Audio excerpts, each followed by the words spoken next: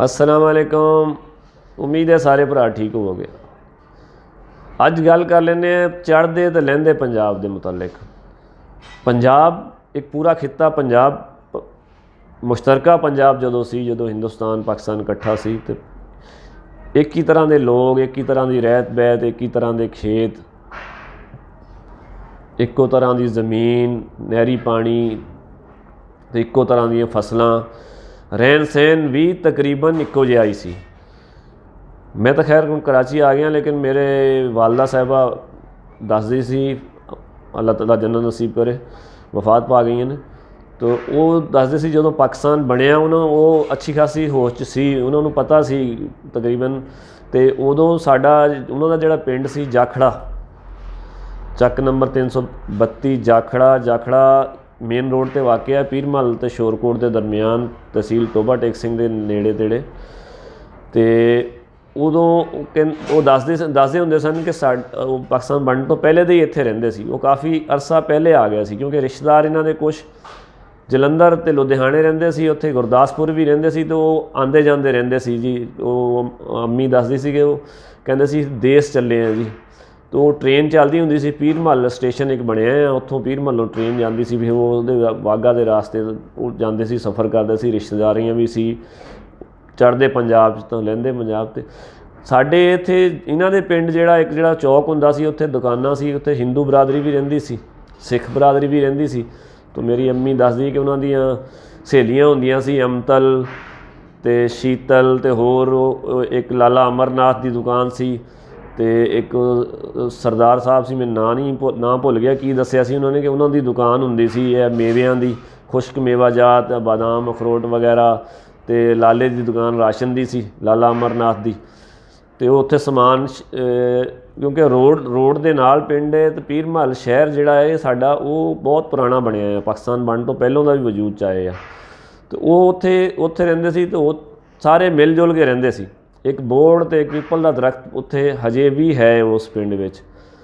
तो मतलब कहण दा है कि चढ़दा तो लहंदा पंजाब इक्को जिहा ही हुंदा सी, ते आना जाना भी सी। उन्हां दे उस जमाने की जुबान चों कहंदे सी जी असीं देश चले हैं जी, देश। तो रिश्तेदारों नूं मिल जांदे सी, तो 15-15 20 दिन बाद आंदे सी। तो अजकल पाकिस्तानी पंजाब तो इंडियन पंजाब बहुत फ़र्क पै गया। पाकिस्तान इंडियन पंजाब में हुण आटा 30 रुपए किलो है, तो पाकिस्तानी पंजाब 130 रुपए किलो है। उत्थे बिजली का यूनिट 16 रुपए है, तो साढ़े 60 तो 65 रुपए है। तो इस तरह किसानों को बिजली शायद उत्थे फ्री है या थोड़ा बहुत है, लेकिन साढ़े इत्थे जिहड़ा किसान ट्यूबल लाई फिरदा उन्होंने कोई सबसिडी नहीं। 50 तो 55 रुपए 60 रुपए यूनिट उन्होंने पैंदा है। जमीन इक्को ही आ, तो मेहनत करने वाले भी तकरीबन इक्को जिहे लोग है, इक्को जिहा ही मुआशरा सी, इक्को जिहे लोग सी। लेकिन पंजाब इंडियन पंजाब खुशहाल है, साढ़े पंजाब का काश्तकार किसान जिहड़ा वो खुशहाल नहीं है। वजह यह है कि उन्होंने सहूलतां दित्तियां इंडियन गौरमेंट ने, उन्होंने खाद स्प्रे सस्ती मिलती है, ओरिजिनल मिलती है, कंट्रोल रेट पर मिलती है। साढ़े पंजाब च एक तो रेट ब्लैक च मिलती है, फिर 2 नंबर माल भी मिलता है, ये भी फ़र्क है।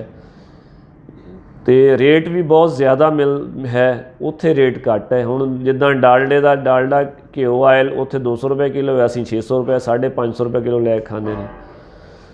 असीं चीनी 130-40 रुपए, उत्थे 30 रुपए। तो इस तरह बहुत सारे फ़र्क ने।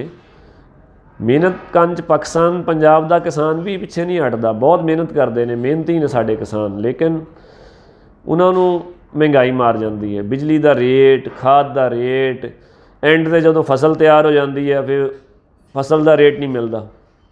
तो इसलिए असी पिछे हाँ। तो होर लहंदे चढ़ते पंजाब कोई फ़र्क नहीं, रहत बहत का भी कोई फ़र्क नहीं, तकरीबन उदां दा ही घर आ, उहो जिहा सिस्टम आ। जिहड़े बाद फिर इत्थे जिहड़े साडे पिंडां चों सिख भरा साडे बैठे सी, इत्थे जिहड़ी सरदार बैठे सी वो वापस चले गए इंडिया अपनी जगह छड्ड के, क्योंकि मुसलमान उधरों आ गए सी, इधरों ये भी चले गए सी। लेकिन सिस्टम सारा तकरीबन उहो जिहा, बोली इक्को जिही, रहत बहत इक्को जिही। लेकिन फ़र्क की है? फ़र्क है हुकूमतां दा। देखो जी, मैं साडा मुल्क पाकिस्तान है, असीं पाकिस्तान जिंदाबाद, साडा मुल्क बहुत खूबसूरत है, लेकिन मुल्क साडा खूबसूरत है। इंडिया पाकिस्तान इकट्ठे आज़ाद होए ना, पाकिस्तान तो इंडिया इक्को दिन आज़ाद होए सी, एक दिन का फ़र्क है। ਉਹਨਾਂ ਦੀ ਗੌਰਮੈਂਟ ਨੇ ਤਹਈਆ ਕਰ ਲਿਆ ਸੀ ਕਿ ਭਾਈ ਅਸੀਂ ਇਹਨਾਂ ਨੂੰ ਇਸ ਮੁਲਕ ਨੂੰ ਉੱਤੇ ਲਿਜਾਣਾ ਹੈ। ਸਾਦਗੀ ਇਖਤਿਆਰ ਕੀਤੀ, ਬਿਲਕੁਲ ਸਾਦਗੀ। ਪਾਕਿਸਤਾਨ ਵੀ 10-15 ਸਾਲ 10 ਸਾਲ ਤਾਂ ਅੱਛਾ ਚੱਲਿਆ। ਜਿਹੜੀ ਸਟੈਬਲਿਸ਼ਮੈਂਟ ਜਾਂ ਬਿਊਰੋਕ੍ਰੇਸੀ ਪਾਕਿਸਤਾਨ ਦੇ ਹਿੱਸੇ 'ਚ ਆਈ ਸੀ ਅੰਗਰੇਜ਼ ਦੌਰ ਦੀ, ਉਹ ਅੱਛੇ ਲੋਕ ਸੀ, ਇਮਾਨਦਾਰ ਲੋਕ ਸੀ, ਮਿਹਨਤੀ ਲੋਕ ਸੀ। ਉਹਨਾਂ ਨੇ ਬਹੁਤ ਮਿਹਨਤ ਕਰਕੇ ਪਾਕਿਸਤਾਨ ਨੂੰ ਪੈਰਾਂ 'ਤੇ ਖੜਾ ਕਰਤਾ। ਅੱਛਾ ਹੋ ਗਿਆ, ਮਈਸ਼ਤ ਵੀ ਅੱਛੀ ਹੋ ਗਈ। ਕੁਛ ਨਵਾਬ ਆਫ ਬਹਾਵਲਪੁਰ ਅਤੇ ਕੁਛ ਖਾਨ ਆਫ ਕਲਾਤ ਇਹਨਾਂ ਦੀ ਜਿਹੜੀ ਮਦਦ ਸੀ ਸ਼ਾਮਲ ਹੋਈ ਅਤੇ ਪਾਕਿਸਤਾਨ ਆਪਣੇ ਪੈਰਾਂ 'ਤੇ ਖੜਾ ਹੋ ਗਿਆ। ਇੰਡਸਟਰੀ ਵੀ ਲੱਗ ਗਈ। ਲੇਕਿਨ ਬਾਅਦ 'ਚ ਆਉਣ ਵਾਲੇ ਜਿਹੜੇ ਸਿਆਸਤਦਾਨ 1970 ਤੋਂ ਬਾਅਦ ਆਹਿਸਤਾ ਆਹਿਸਤਾ ਇਹਨੂੰ ਵਿਗਾੜਨਾ ਸ਼ੁਰੂ ਕੀਤਾ। ਅਤੇ 1980-85 ਵਿੱਚ ਇੰਡੀਆ ਸਾਡੇ ਤੋਂ ਪਿੱਛੇ ਸੀ, ਸ੍ਰੀਲੰਕਾ ਸਾਡੇ ਤੋਂ ਪਿੱਛੇ ਸੀ, ਕਰੰਸੀ ਹਲਕੀ ਸੀ, ਬੰਗਲਾਦੇਸ਼ ਸਾਡੇ ਤੋਂ ਪਿੱਛੇ ਸੀ, ਪਾਕਿਸਤਾਨ ਮਜ਼ਬੂਤ ਸੀ ਕਰੰਸੀ ਦੇ ਲਿਹਾਜ਼ ਨਾਲ ਵੀ, ਮਈਸ਼ਤ ਦੇ ਲਿਹਾਜ਼ ਨਾਲ ਵੀ। ਲੇਕਿਨ ਸਾਡੇ ਸਿਆਸਤਦਾਨ ਜਿਹੜੇ ਸੀ ਉਹ ਸ਼ਾਹ ਖਰਚੀਆਂ 'ਤੇ ਆ ਗਏ ਸੀ, ਅਯਾਸ਼ੀਆਂ 'ਤੇ ਆ ਗਏ ਸੀ। ਇੰਡੀਆ ਵਿੱਚ ਉਹੀ ਆਪਣੀ ਪੁਰਾਣੀ ਮਾਰਵਤੀ ਕਾਰ ਚੱਲਦੀ ਹੁੰਦੀ ਸੀ ਅਤੇ ਪਾਕਿਸਤਾਨ 'ਚ ਲੈਂਡ ਕਰੂਜ਼ਰਾਂ, ਪਰਾਡਵਾਂ ਉਸ ਜ਼ਮਾਨੇ 'ਚ ਵੀ ਆਉਣੀਆਂ ਸ਼ੁਰੂ ਹੋ ਗਈਆਂ ਸੀ, ਇੰਪੋਰਟ ਹੋਣੀਆਂ ਸ਼ੁਰੂ ਹੋ ਗਈਆਂ ਸੀ। ਅਤੇ ਉਦੋਂ ਦੀ ਸਾਡੀ ਅਸ਼ਰਾਫੀਆ ਨੂੰ, ਸਾਡੇ ਸਿਆਸਤਦਾਨਾਂ ਨੂੰ ਅਤੇ ਸਾਡੇ ਜਿਹੜੇ ਸਟੈਬਲਿਸ਼ਮੈਂਟ ਹੈ, ਅਯਾਸ਼ੀ ਦੀ ਜਿਹੜੀ ਆਦਤ ਪਈ ਹੈ ਉਦੋਂ ਦੀ, ਉਹ ਹੁਣ ਤੱਕ ਬਰਕਰਾਰ ਹੈ। ਨਾ ਕਾਰਖਾਨੇ ਲਾਏ, ਨਾ ਕੋਈ ਬਣਾਇਆ, ਬਸ ਸਿਰਫ ਖਰਚਾ ਹੀ ਕੀਤਾ, ਖਰਚੇ ਵਧਾਏ ਨੇ। ਇੰਡੀਆ ਵਾਲਿਆਂ ਨੇ ਦੇਖੋ ਬਚਤਾਂ ਕਰ ਕੇ ਆਪਣੀਆਂ ਪੈਰਾਂ 'ਤੇ ਖੜੇ ਹੋਏ, ਕਾਰਖਾਨੇ ਲਾਏ। ਹੁਣ ਇੱਕ ਸੁਜ਼ੂਕੀ ਹੈ, Pakistan Suzuki, Indian Suzuki. Pakistan 'ਚ 28 ਲੱਖ ਰੁਪਏ ਦੀ ਹੈ, ਉੱਥੇ 3 ਲੱਖ ਰੁਪਏ ਦੀ ਹੈ, 3 ਤੋਂ 5 ਲੱਖ ਰੁਪਏ ਦੀ ਹੈ। ਫ਼ਰਕ ਹੈ ਨਾ। ਉਹਨਾਂ ਨੇ ਆਪਣੇ ਹਿਸਾਬ ਨਾਲ ਸੈਟਿੰਗ ਕੀਤੀ, ਪਹਿਲੇ ਕਮਾਇਆ ਤਾਂ ਹੁਣ ਖਰਚ ਕਰ ਰਹੇ ਨੇ। ਹੁਣ ਉਹਨਾਂ ਦੀ ਮਈਸ਼ਤ ਕਿੱਥੇ ਆ ਅਤੇ ਆਪਣੀ ਕਿੱਥੇ ਆ। ਅਤੇ ਪਾਕਿਸਤਾਨ 'ਚ ਜਿਹੜੇ ਸਿਆਸਤਦਾਨ ਆਏ, ਜਿਹੜੀ ਸਾਡੀ ਰਹੀ ਸਹੀ, ਸਾਡੀ ਮਈਸ਼ਤ ਅੱਛੀ ਸੀ, ਉਹਨੂੰ ਉਹਨਾਂ ਨੇ ਆਪਣੇ ਮਫਾਦ ਵਾਸਤੇ ਖਰਾਬ ਕਰਨਾ ਸ਼ੁਰੂ ਕਰ ਦਿੱਤਾ। ਜਿਸ ਖਿੱਤੇ 'ਚ ਕਾਟਨ ਹੁੰਦਾ ਸੀ, ਕਪਾਹ ਲਾਈ ਜਾਂਦੀ ਸੀ, ਪੂਰੇ ਦੁਨੀਆ 'ਚ ਪਾਕਿਸਤਾਨ ਦਾ ਕੱਪੜਾ ਵਿਕਦਾ ਸੀ, ਉੱਥੇ ਇਹਨਾਂ ਨੇ ਕਮਾਦ ਲਾ ਕੇ, ਸ਼ੂਗਰ ਮਿੱਲਾਂ ਲਾ ਕੇ ਉਹ ਏਰੀਆ ਹੀ ਤਬਾਹ ਕਰ ਦਿੱਤਾ ਆਪਣੇ ਮਫਾਦ ਵਾਸਤੇ। ਸ਼ੂਗਰ ਮਿੱਲਾਂ ਆਪਣੀਆਂ ਲੱਗ ਗਈਆਂ, ਉਹਦੇ 'ਚ ਸਿਆਸਤਦਾਨਾਂ ਦੀਆਂ ਵੀ ਹੋ ਗਈਆਂ, ਫੌਜੀਆਂ ਦੀਆਂ ਵੀ ਹੋ ਗਈਆਂ, ਰਿਟਾਇਰ ਫੌਜੀਆਂ ਦੀਆਂ ਵੀ ਹੋ ਗਈਆਂ, ਬਿਊਰੋਕਰੇਟਾਂ ਦੀਆਂ ਵੀ ਹੋ ਗਈਆਂ, ਜੱਜਾਂ ਦੀਆਂ ਵੀ ਹੋ ਗਈਆਂ, ਸਾਰਿਆਂ ਦੀਆਂ ਹੋ ਗਈਆਂ। ਸ਼ੂਗਰ ਮਿੱਲਾਂ, ਇੰਡਸਟਰੀ ਲੱਗ ਗਈ, ਸਾਡਾ ਕਾਟਨ ਇੰਡਸਟਰੀ ਤਬਾਹ। ਇਸੇ ਤਰ੍ਹਾਂ ਜਾਣ ਬੁੱਝ ਕੇ ਪੰਜਾਬ ਦੀ ਜ਼ਰਾਅਤ ਨੂੰ ਇਹਨਾਂ ਨੇ ਤਬਾਹ ਕੀਤਾ ਸਿਆਸਤਦਾਨਾਂ ਨੇ, ਅਤੇ ਮੁਲਕ ਨੂੰ ਵੀ ਇਹਨਾਂ ਨੇ ਜਾਣ ਬੁੱਝ ਕੇ ਤਬਾਹ ਕੀਤਾ। ਤਾਂ ਅੱਜ ਤੱਕ ਕਰ ਰਹੇ ਨੇ। ਖਰਚੇ ਜ਼ਿਆਦਾ ਕਰਦੇ ਨੇ, ਅਯਾਸ਼ੀਆਂ ਕਰਦੇ ਨੇ। ਇੰਡੀਅਨ ਸਿਆਸਤਦਾਨ, ਪਾਕਿਸਤਾਨ ਸਿਆਸਤਦਾਨ 'ਚ ਇਹੀ ਫ਼ਰਕ ਹੈ ਨਾ ਕਿ ਉਹਨਾਂ ਨੇ ਆਪਣੇ ਮੁਲਕ ਦਾ ਇੱਕ ਮਿਆਰ ਬਣਾ ਲਿਆ। ਫੌਜ ਤਾਂ ਉਹਨਾਂ ਦੀ ਪਿੱਛੇ ਰਹਿ ਗਈ, ਫੌਜ ਨਜ਼ਰ ਹੀ ਨਹੀਂ ਆਈ। ਉਹ ਸਿਆਸਤ ਦੇਖੋ, ਜਮਹੂਰੀਅਤ ਸੀ ਤਾਂ ਜਮਹੂਰੀਅਤ ਚੱਲਣ ਦਿੱਤਾ। ਕੋਈ ਵੀ ਹੈ, ਮੋਦੀ ਦੇਖੋ ਸਾਡਾ ਦੁਸ਼ਮਣ ਹੈ, ਲੇਕਿਨ ਮੋਦੀ ਆਪਦੇ ਮੁਲਕ ਨੂੰ ਕਿੱਥੇ ਲੈ ਗਿਆ ਨਾ। ਸਾਡੇ ਸਿਆਸਤਦਾਨਾਂ ਨੇ, ਅਗਰ ਕਿਸੇ ਇੱਕ ਸਿਆਸਤਦਾਨ ਨੇ ਅੱਛਾ ਕੰਮ ਕੀਤਾ ਤਾਂ ਉਹਨੇ ਦੂਸਰੇ ਨੇ ਆ ਕੇ ਉਹਨੂੰ ਖ਼ਤਮ ਕਰ ਦਿੱਤਾ। ਉਹਨਾਂ ਨੇ ਇੱਕ ਚੀਜ਼ ਬਣਾ ਲਈ ਕਿ ਇੱਕ ਲਕੀਰ ਲਾਤੀ ਕਿ ਇਹਦੇ ਉੱਤੇ ਚੱਲਣਾ।